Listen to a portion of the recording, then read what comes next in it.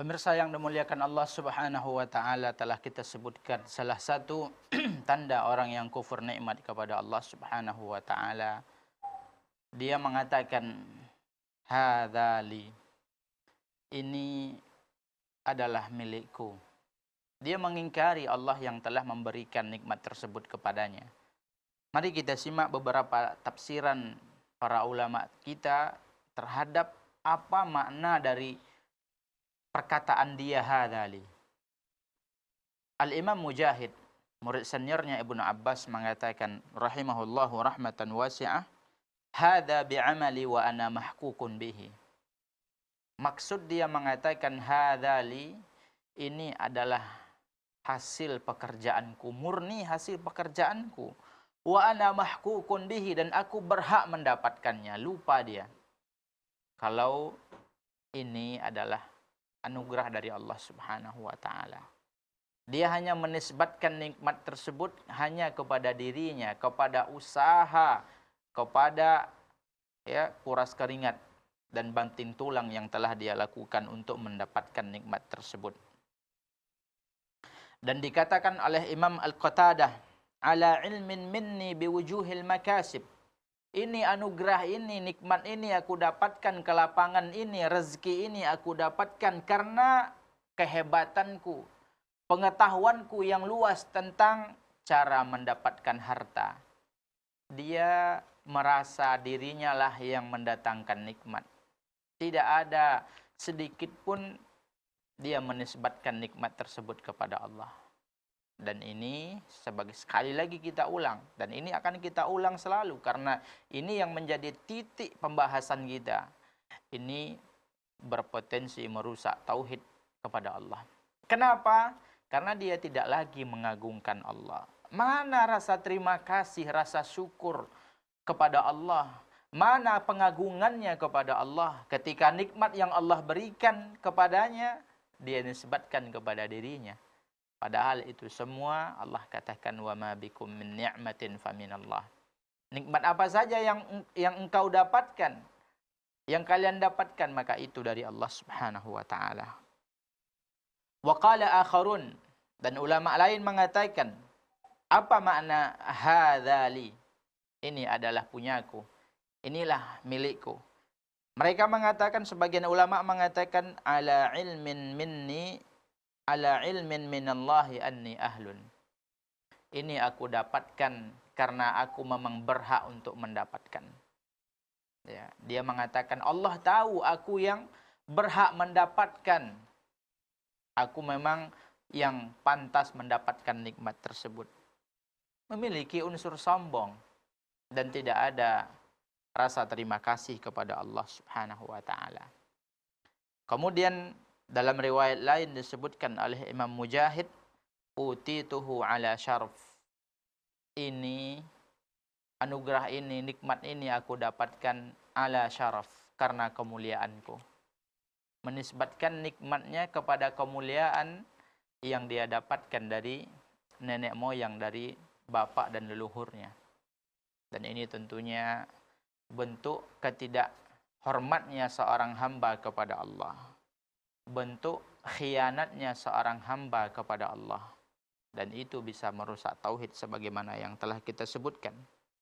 Kemudian setelah dia mengingkari nikmat tersebut, dia kufur terhadap nikmat Allah, tidak mensyukuri nikmat Allah, dia melanjutkan keburukannya. Dia mengatakan wa ma adunnu as-sa'ata qa'imah, dan aku adzunnu as-sa'ata qa'imah.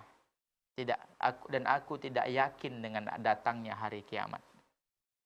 Lihat, ketika dia sudah tidak lagi dekat kepada Allah Subhanahu wa taala, mulai semakin lancang dia kepada Allah. Dia mengingkari dan tidak beriman dan tidak percaya dengan adanya hari kiamat, hari kebangkitan. Wa ma adzunnu as-sa'ata qa'imah, dan aku tidak yakin dengan adanya hari kiamat, dengan datangnya hari kiamat. Kemudian dia katakan dengan penuh kesombongan, wala in ruji'tu, kalaupun toh terjadi hari kiamat, kemudian aku wala in ruji'tu ila rabbi, aku dikembalikan kepada Rabbku, innali indahu lal husna, maka aku sudah memiliki kebaikan-kebaikan. Lihat ya, dia semakin sombong kepada Allah. Berawal dari dia tidak bersyukur, kemudian dia semakin menjadi-jadi, dia tidak yakin dan percaya dengan adanya hari kiamat. Kemudian kalaupun toh akan terjadi hari kiamat, toh aku sudah memiliki banyak kebaikan yang aku lakukan kepada Rabbku. Innali indahu lal husna, sudah banyak kebaikan-kebaikan yang aku semai untuk nanti aku petik. Lihat, ujub dan sombong dengan apa yang dia miliki. Maka Allah mengatakan kepada orang yang seperti ini, ya, falanunabbi'anna alladhina kafaru bima amilu, maka pasti akan kami kabarkan, pasti akan kami beritahu kepada orang-orang yang kufur tadi, orang yang kufur nikmat, orang yang ingkar kepada Allah, tidak beriman dengan hari akhir, kemudian dia sombong dengan apa yang dia lakukan. Kata Allah, falanunabbi'anna alladhina kafaru bima amilu, akan kami kabarkan orang-orang yang kufur tersebut dengan apa yang mereka lakukan. Walanudhiqannahum min 'adzabin ghalidh, dan akan kami timpakan kepada mereka azab yang berat. Lihat ancaman Allah Subhanahu wa taala karena perkataan dia ya yang tidak mengagungkan Allah dan berpotensi ya menjadikan tandingan dan sekutu bagi Allah Subhanahu wa taala. Ketika dia mengatakan hadzali, ini karena kemuliaanku, ini karena kehebatanku, nikmat yang dia dapatkan, tidak dia padahal kewajiban seorang hamba terhadap nikmat tersebut ada 3, disebutkan oleh para ulama. Disebutkan oleh Syekh Sa'di dalam tafsir beliau rahimahullahu taala, bahwasanya kewajiban seorang hamba atas nikmat tersebut ada 3. Yang pertama adalah al-i'tirafu biha bil qalbi, yaitu mengakui dan meyakini dengan hatinya bahwasanya segala nikmat tersebut adalah datangnya dari Allah Subhanahu wa taala. Kemudian memuji Allah Subhanahu wa taala dengan lisannya. Kemudian yang ketiga adalah mengamalkan atau melakukan amalan dengan jawarih, dengan anggota tubuhnya dengan nikmat tersebut. Itulah hakikat bersyukur nikmat kepada Allah Subhanahu wa taala. Ya, bersyukur dengan hati, bersyukur dengan lisan, bersyukur dengan anggota tubuh dengan cara yang telah kita sebutkan tadi. Bukan malah mengingkari dan bukan malah menyandarkan nikmat tersebut kepada kehebatan, kepada usaha yang dia lakukan. Kemudian dalam bab ini disebutkan hadis yang sangat panjang, hadis yang dikeluarkan oleh Imam Bukhari dan Imam Muslim yang menceritakan kepada kita tentang kisah 3 orang dari Bani Israel. Jadi boleh kita menceritakan cerita-cerita tentang Bani Israel dengan syarat cerita tersebut memang ada sumbernya yang sahih. Kalau seperti ini kisah yang benar yang diceritakan oleh Rasulullah sallallahu alaihi wasallam. Rasulullah menceritakan kisah ini agar para sahabat mengambil ibrah, mengambil pelajaran. Maka boleh kita menceritakan tentang kisah-kisah Bani Israel ini. Kalau ada yang mengatakan, tapi Ustaz, ketika kita kan tidak boleh mengambil kisah-kisah riwayat-riwayat dari Bani Israel. Yang tidak boleh itu adalah riwayat-riwayat yang tidak benar. Riwayat-riwayat yang dusta, yang tidak ada asalnya, itu tidak boleh. Tapi kalau yang sahih, boleh kita ceritakan. Sebagaimana yang dicantumkan dalam hadis ini, hadis riwayat Imam Bukhari dan dicantumkan oleh Syekh Muhammad At-Tamimi dalam bab ini. An Abi Hurairah, hadisnya panjang dan akan kita baca insyaallah sampai selesai. An Abi Hurairah radhiyallahu anhu annahu sami'a Rasulullah sallallahu alaihi wasallam yaqul. Diriwayatkan dari Abi Hurairah bahwasanya beliau mendengar Rasulullah sallallahu alaihi wasallam bersabda, Inna thalathatan min Bani Israel abras wa aqra wa a'ma. Ada 3 orang dari kalangan Bani Israel. Abras, ya, yaitu orang yang kena penyakit kulit, penyakit kusta. Aqra, orang yang botak. Yang ketiga, a'ma, orang yang buta. Penyakit kulit, botak dan a'ma. Fa'aradallahu an yabtaliyahum. Maka Allah ingin memberikan ujian dan cobaan kepada mereka, ingin menguji mereka bertiga. Faba'atha ilaihim malakan fa'atal abras. Maka Allah mengutus seorang malaikat kepada mereka. Fa'atal abras, maka malaikat ini mendatangi yang pertama, yaitu abras, laki-laki ya yang sakit kulit atau kusta. Faqala, malaikat ini berkata, malaikat datang dengan ya menyerupai bentuk seorang, ayyu syai'in ahabbu ilaika.